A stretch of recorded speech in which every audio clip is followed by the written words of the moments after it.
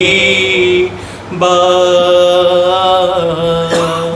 سلوات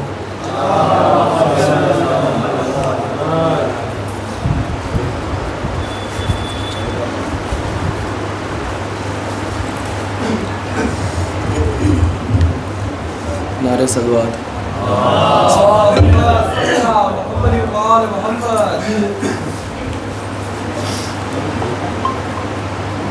درمیان لاشوں کے مقتل میں کھڑی ہے زینب،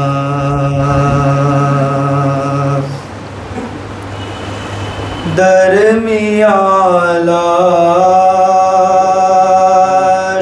کے مقتل میں کھڑی ہے زینب، اس اندھیرے میں کسے ڈھونڈ رہی ہے زینب،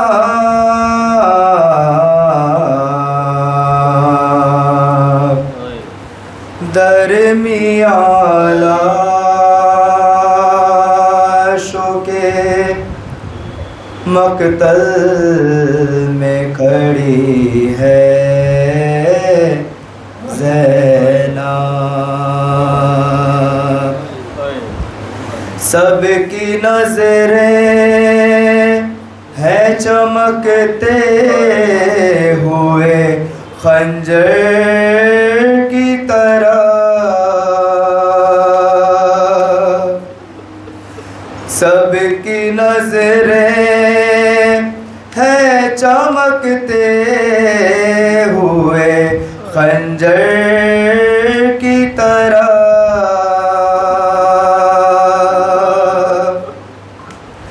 بھائی کا خشک گلا دیکھ رہی ہے زینب،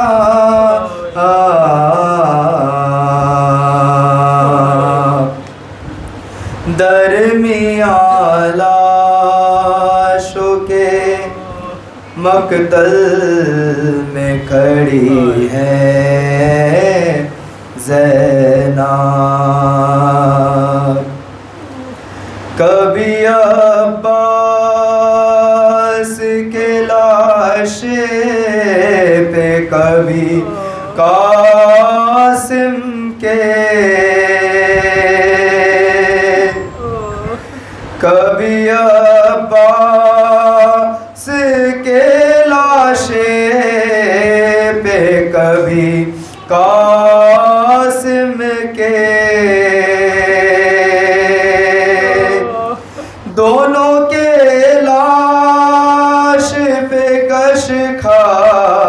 کے گری ہے زینب،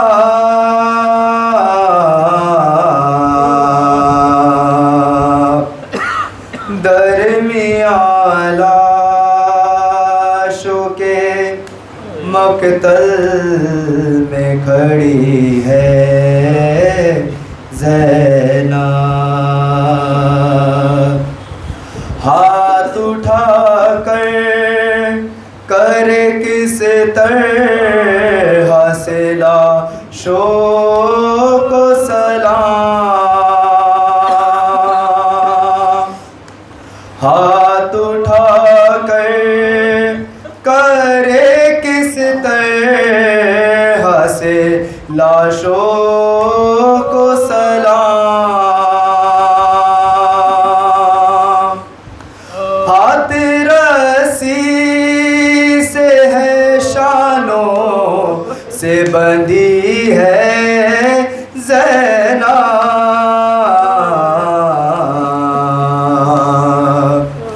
درمیان لاشوں کے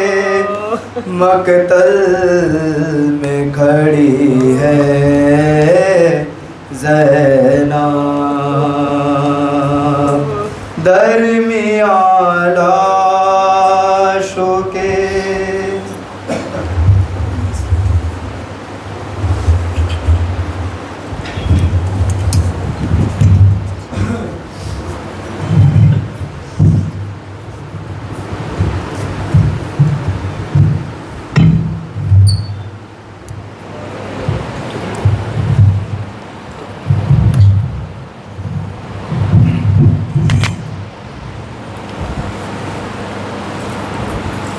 فاتحہ۔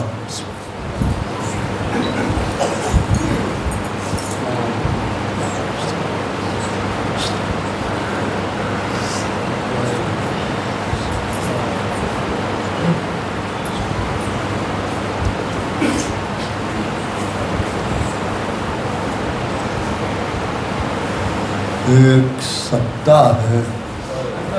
بیاباں کی فضا خاموش ہے،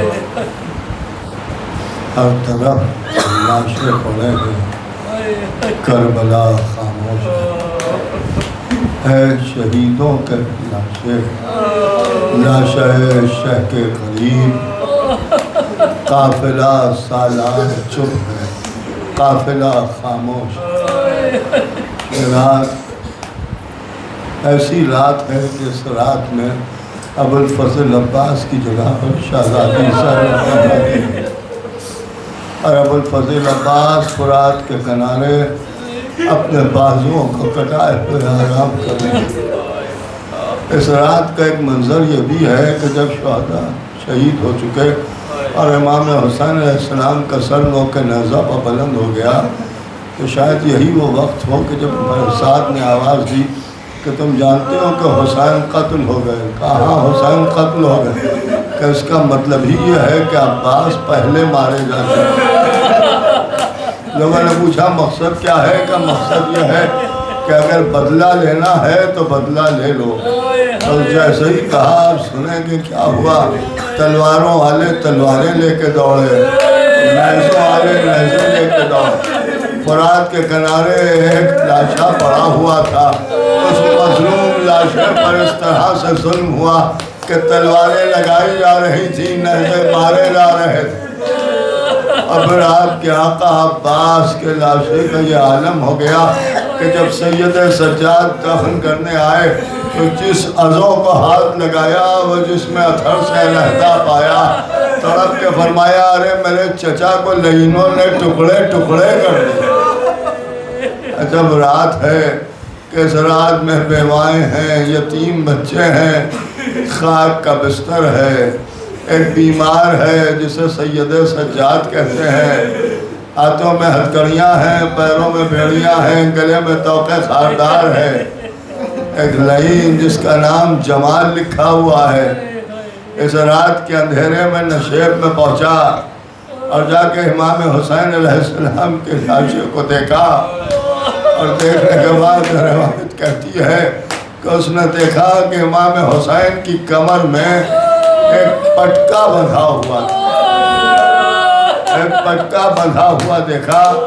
پورے لاشے کا معائنہ کیا، اس کی کچھ سمجھ میں نہیں آیا کہ وہ کیا لوٹے، تو پھر اس نے آگے بڑھ کے اس پٹکے کو کھولنا چاہا،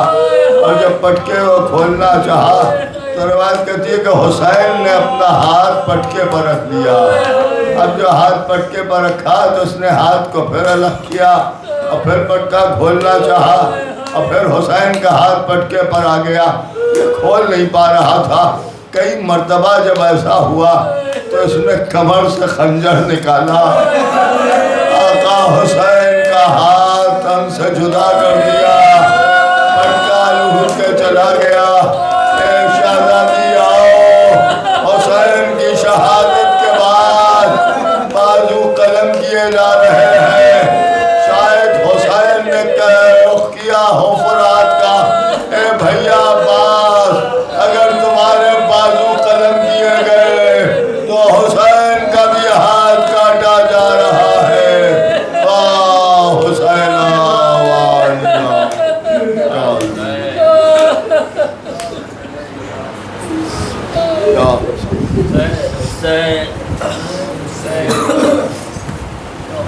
شیعوں کے مہمان خدا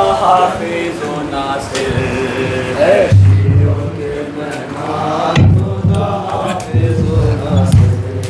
اے شیعوں کے مہمان خدا حافظ و ناصر اے شیعوں کے مہمان خدا حافظ و ناصر زہرا کے دل و جان خدا حافظ و ناصر زہرا کے دل و جان خدا حافظ و ناصر اے شیعوں کے مہمان خدا حافظ و ناصر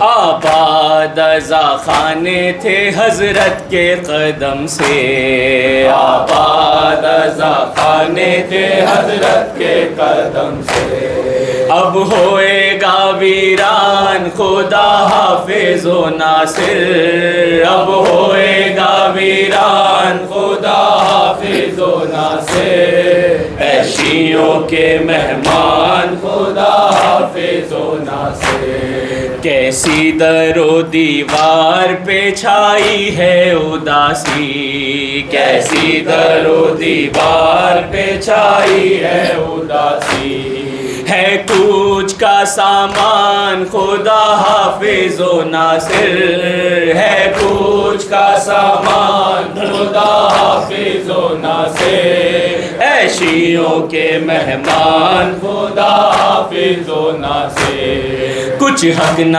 ادا آپ کا ہم سے ہوا مولا کچھ حق نہ ادا آپ کا ہم سے ہوا مولا ہے سخت پشیمان خدا حافظ و ناصر ہے سخت پشیمان خدا حافظ و ناصر اے شیعوں کے مہمان خدا حافظ و ناصر جیتے رہے تو اگلے برس روئیں گے مولا جیتے رہے تو اگلے برس روئیں گے مولا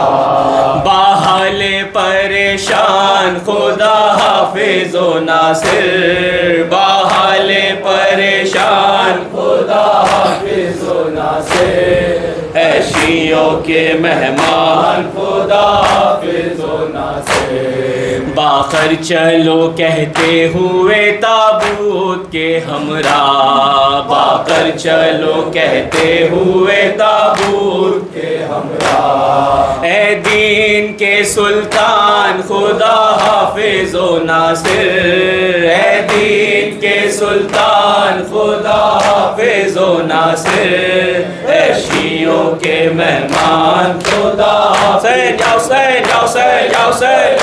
یا حسین یا حسین یا حسین یا حسین یا حسین یا حسین یا حسین یا حسین یا حسین